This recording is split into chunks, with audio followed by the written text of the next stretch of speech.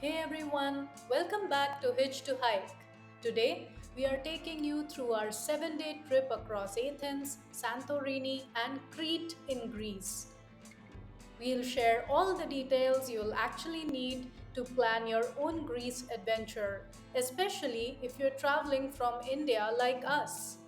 Greece was a dream, honestly. The blue domes, the sunsets, the food, the hikes, everything lived up to the hype. So let's get started. Athens was our port of entry and exit.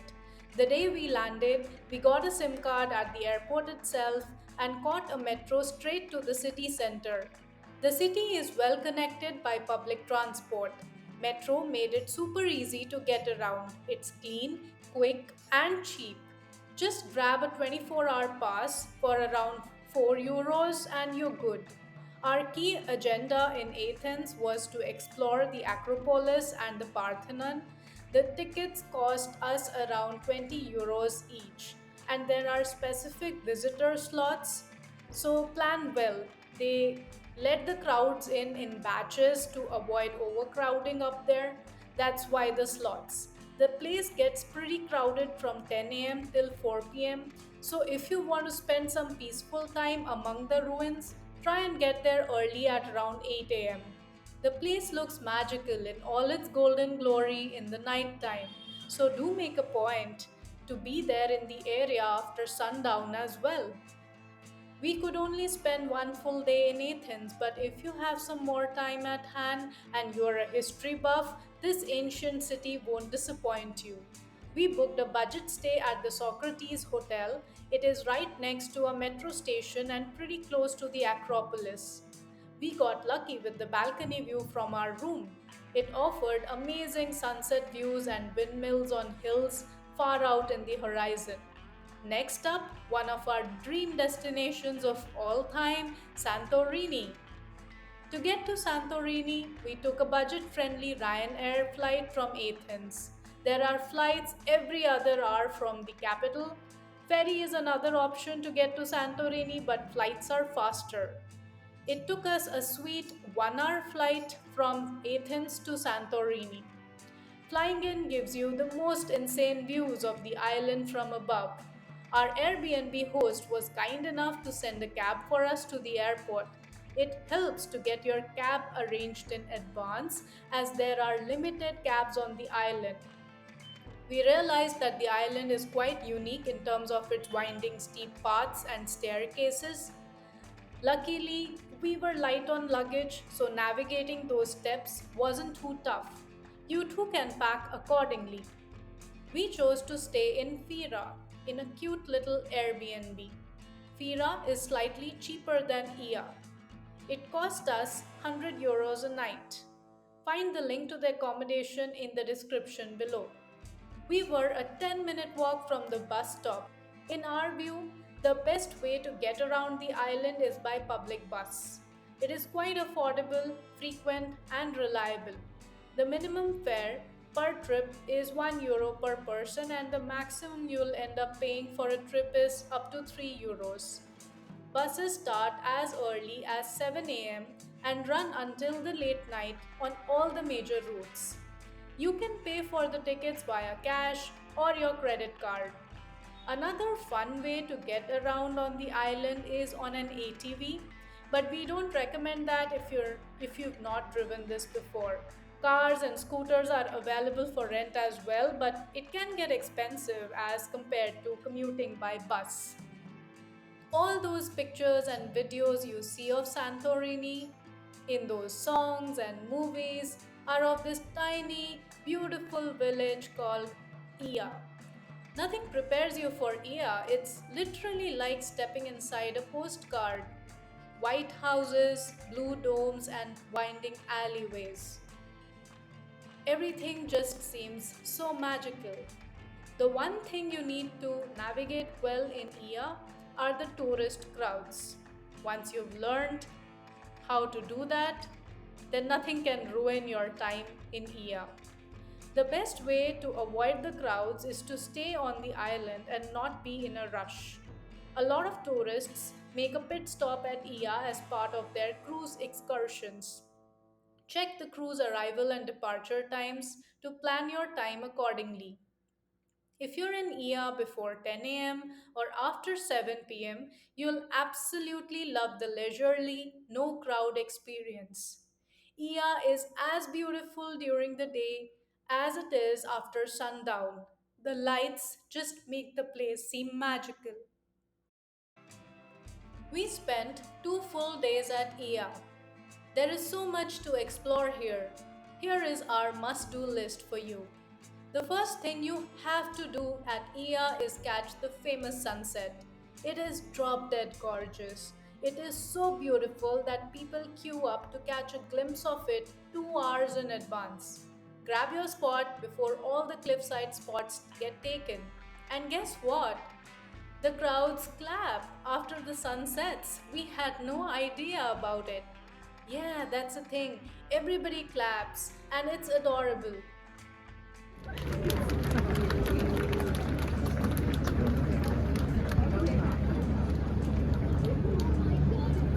The second must do thing is a hike down to Amodi Bay.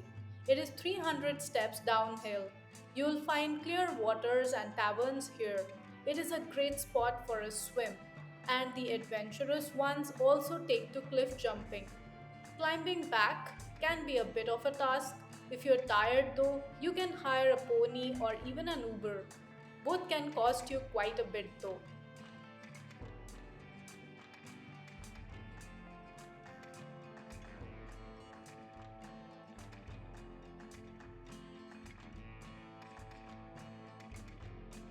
Lastly, when in Ia, you got to plan your color coordinated white attire photos. Photo shoots are a bit of a thing here, and people hire professional photographers to get clicked. We are not quite the posers, but the photo shoot frenzy might have had an impact on us.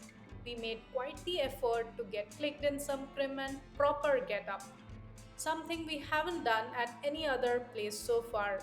We made do with our phone camera though, and strangers were kind enough to click us. If you want photos without the crowds in the background, make it here early in the morning around 7 am. The angle of the sun is good at that time. Two top spots to get sure short good shots are Ia Castle for the windmills in the background and the turn at Alexandros Jewelry in Ia towards the water. Once you get there, you will catch the blue domes at a good angle. By the way, if you're uber rich, you can actually book a stay in that iconic windmill. We didn't even know that the windmill doubled up as a stay option. Quite unique, don't you think? One of the best things we did in Santorini was the Ia to Fira hike. It's about 10 kilometers and took us around 3.5 hours with stops. But oh my god, it was unlike any other hike we've done before. There were cliffs to one side and the Mediterranean Sea to the other side, and there were these cute little churches popping up along the trail. Don't underestimate the hike. Go early, carry water, and wear good shoes. You'll thank us later. The Fira to Ia hike is generally recommended over the Ia to Fira hike as it's an overall downhill walk with better views of Ia. You can time it around catching the sunset at Ia. Now, the lesser talked about aspect of Santorini are its amazing variety of beaches. Surprisingly, the beaches here are pretty stunning. We explored 3 of them, and each one had a totally different vibe. Perissa Beach offers black sand, chill cafes, and is great for swimming. The Red Beach in Akrotiri has dramatic cliffs, red sand, and it's a short hike to get there, but totally worth it.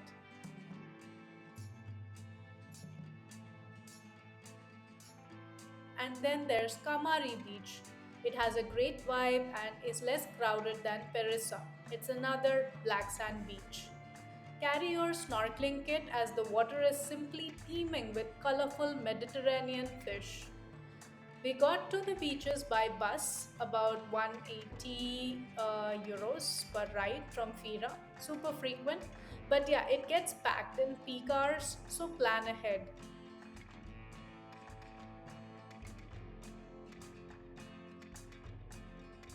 Okay, foodies, listen up. We had this amazing lunch at a Dome View restaurant in Ia.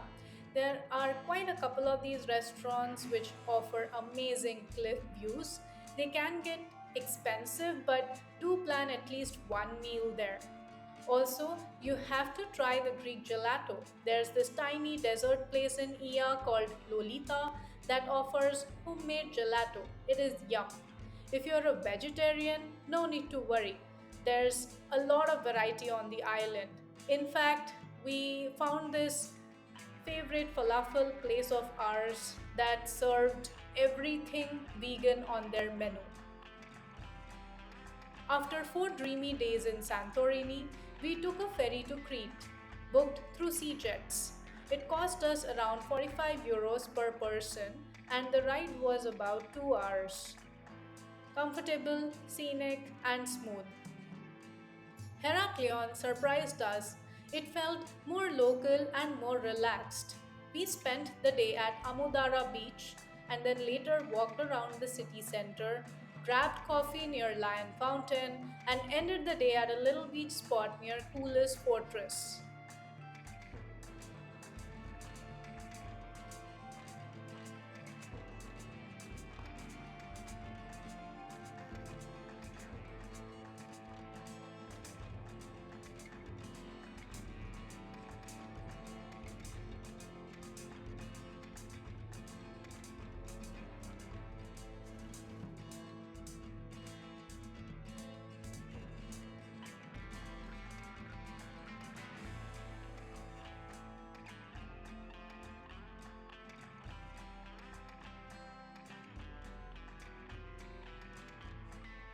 The next day, we went on a spontaneous trip to Matala. We had no expectations from the place at all, but it just wowed us. A bohemian beach village with cliff caves and turquoise water. We booked the bus at the central station, 9 euros one way, took around 2.5 hours. Lucky for us, it was during the Matala Music Festival.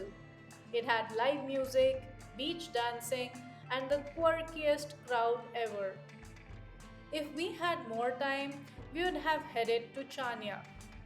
People say it's the most beautiful part of Crete. Next time for us, for sure. We stayed at a cute little Airbnb near the Heraklion port, around 70 euros per night. In total, we spent 4 days in Santorini, 3 in Crete, and a day in Athens. And if we were to tweak anything, we would be adding one extra day in Crete just for Chania, maybe. For the visa, yep, you'll need a Schengen visa, and it is a bit of a process. So, we did apply 3 months in advance, and we would recommend you doing the same. If you find the process overwhelming, you can go via a travel agent. You can find some of our travel agent recommendations in the description below. You will need to submit all the documents in person, all in hard copies at a VFS Global Center near your place. The flight plus hotel bookings, insurance, salary slips, bank account details, everything needs to be submitted for the Schengen visa application.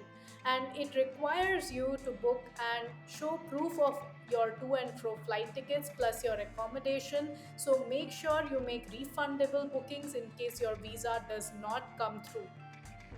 We flew from Chennai to Athens by Gulf Air. It is a good option if you're looking for good leg room in economy class at an affordable price. The meals are included as well, so that's a bonus.